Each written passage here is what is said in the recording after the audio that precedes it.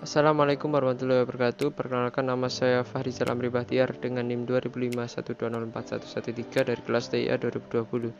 Di sini saya akan menjelaskan secara singkat apa itu routing statik dan saya akan mensimulasikan routing statik di Cisco Packet Tracer. Video ini dibuat untuk memenuhi tugas dari Bapak Agus Prihanto STMkom selaku dosen mata kuliah jaringan komputer. Langsung saja kita ke pembahasannya.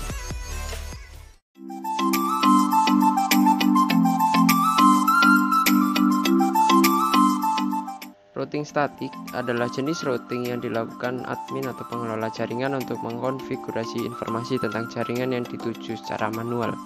Ciri-ciri routing statis adalah sebagai berikut. Yang pertama, jalur spesifik ditentukan oleh admin jaringan. Yang kedua, pengisian tabel routing dilakukan secara manual oleh admin jaringan. Yang ketiga, biasanya digunakan untuk jaringan berskala kecil.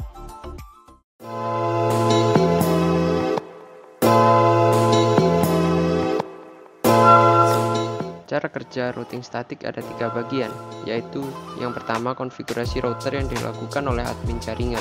Yang kedua, router melakukan routing berdasarkan informasi yang diterima dari tabel routing. Yang ketiga, admin jaringan menggunakan perintah IP router secara manual untuk konfigurasi router dengan routing statik, dan routing statik berguna untuk melewatkan paket data yang ada pada jaringan. Ada beberapa parameter yang ada pada routing, yakni yang pertama, destination adalah alat tujuan dan biasanya diisi dengan 0.0.0 per 0 untuk semua jaringan. Yang kedua, gateway adalah datagram yang dapat dicapai melalui antarmuka. Yang ketiga, preference source adalah alamat tujuan paket dan meninggalkan router melalui alamat IP.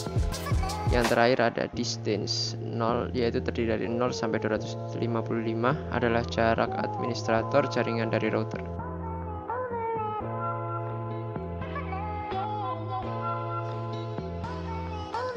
Keuntungan menggunakan routing statik. Yang pertama, meringankan kinerja prosesor router. Yang kedua, tidak ada bandwidth yang digunakan untuk pertukaran informasi dari tabel isi routing pada saat pengiriman paket. Yang ketiga, routing statis lebih aman dibandingkan routing dinamis. Yang keempat, routing statis kebal dari segala usaha hacker untuk men-spoof dengan tujuan membaca traffic.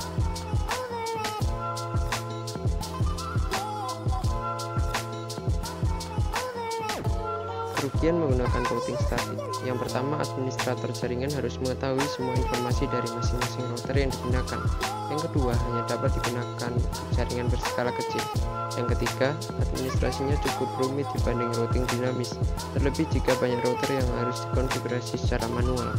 Yang keempat, rentan terhadap kesalahan saat entry data routing statis yang dilakukan secara manual.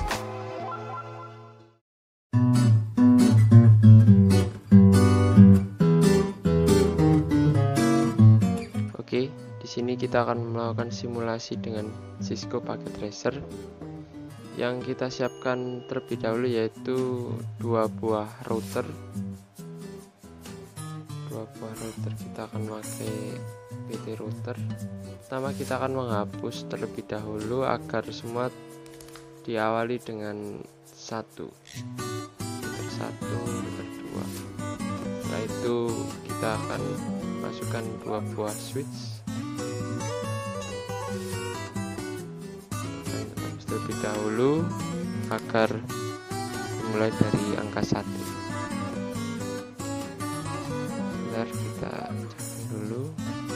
Lalu kita akan menambahkan 4 buah PC. Sama seperti tadi, kita hapus dulu. Oke, PC kita tata terlebih dahulu.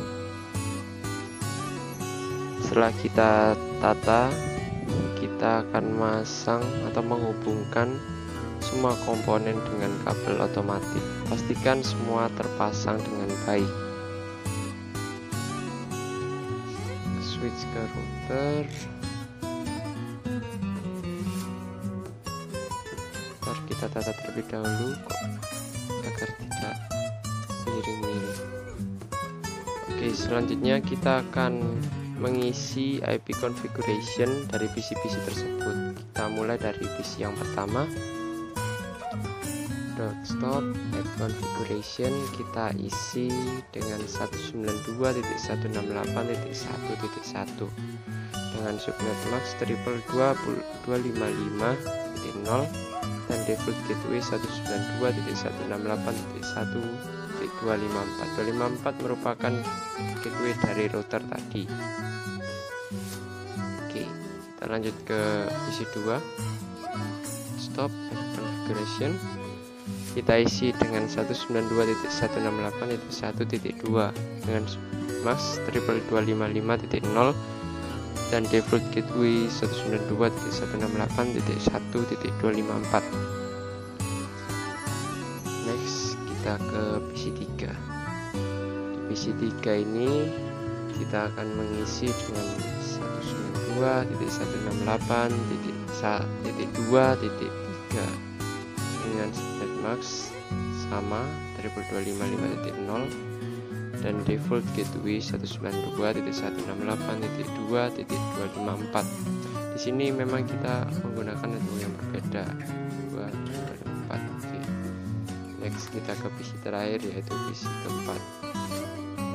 Desktop IP configuration kita isi dengan 192.168.2.4. subnet max masih sama dan default gateway 192.168.2.254. Oke, selanjutnya kita akan mengisi IP configuration dari router-routernya.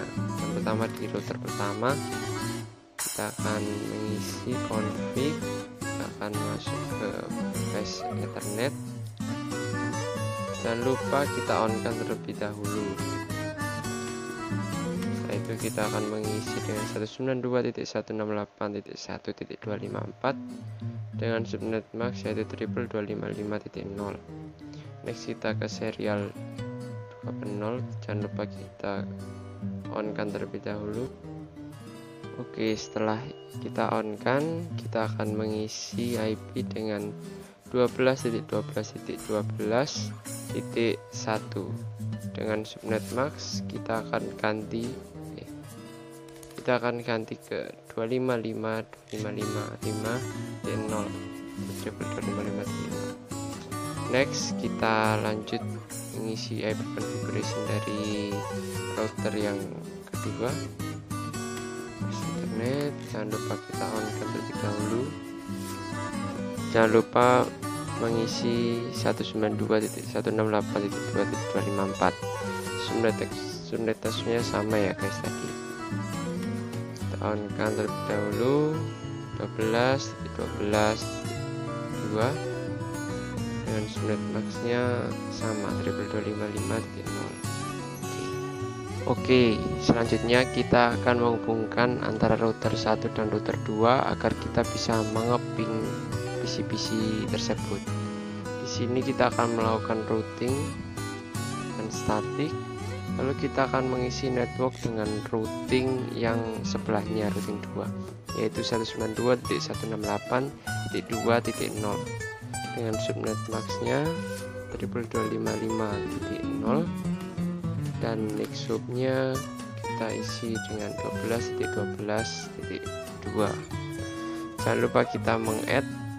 Mengapa kita ini isi dengan 2? Karena kita akan menghubungkan ke router 2. Oke, selanjutnya kita akan mengisi router 2. Kita akan routing static, kita akan mengisi network dengan router yang pertama tadi 192.168.1.0, subnet max-nya 255.255.255.0 dengan next hop 12.12.1. Jangan lupa kita mode. Oke, selanjutnya kita akan lakukan pemanggilan pada PC. Jadi kita buka di PC pertama, kita buka command prompt. Ini kita akan mengeping dengan 192.168.2.3. Oh iya, di sini untuk pemanggilan pertama kita akan manggil PC 3. Kita akan coba. Yang pertama akan terjadi RT auto request timeout dan selanjutnya akan berjalan normal karena yang pertama akan mencari ARP terlebih dahulu. Yang kedua kita akan memanggil PC yang keempat 2.168.2.4 hunting, muncul RTO di awal-awal karena mencari ARP terlebih dahulu atau pengenalan. Selanjutnya kita akan tracing PC3 yaitu dengan menulis tracer T 192.168.2.3.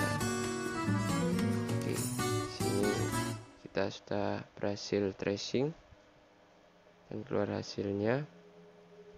Next kita ke PC2. Di sini kita akan mencoba pemanggilan dari PC2. Kita akan memanggil PC3, akan mencoba memanggil PC3 yaitu ping 192.168.2.3. Sini sudah berhasil berjalan dengan normal. Lalu kita akan men-tracing PC4, men-tracer T configuration PC4. Sini tracing berhasil. Oke, next kita akan mencoba mengirim PDU. Sebelumnya kita akan mengubah ke mode simulation, lalu kita pilih soal non, edit filternya kita checklist GMP. Oke, di sini kita akan melakukan pengiriman dari PC1 ke PC3. Di PC1 kita akan lanjut ke switch ke router 1, router 1 ke router 2, router 2 ke switch yang kedua, lalu berhasil sampai ke alamat tujuan yaitu PC3.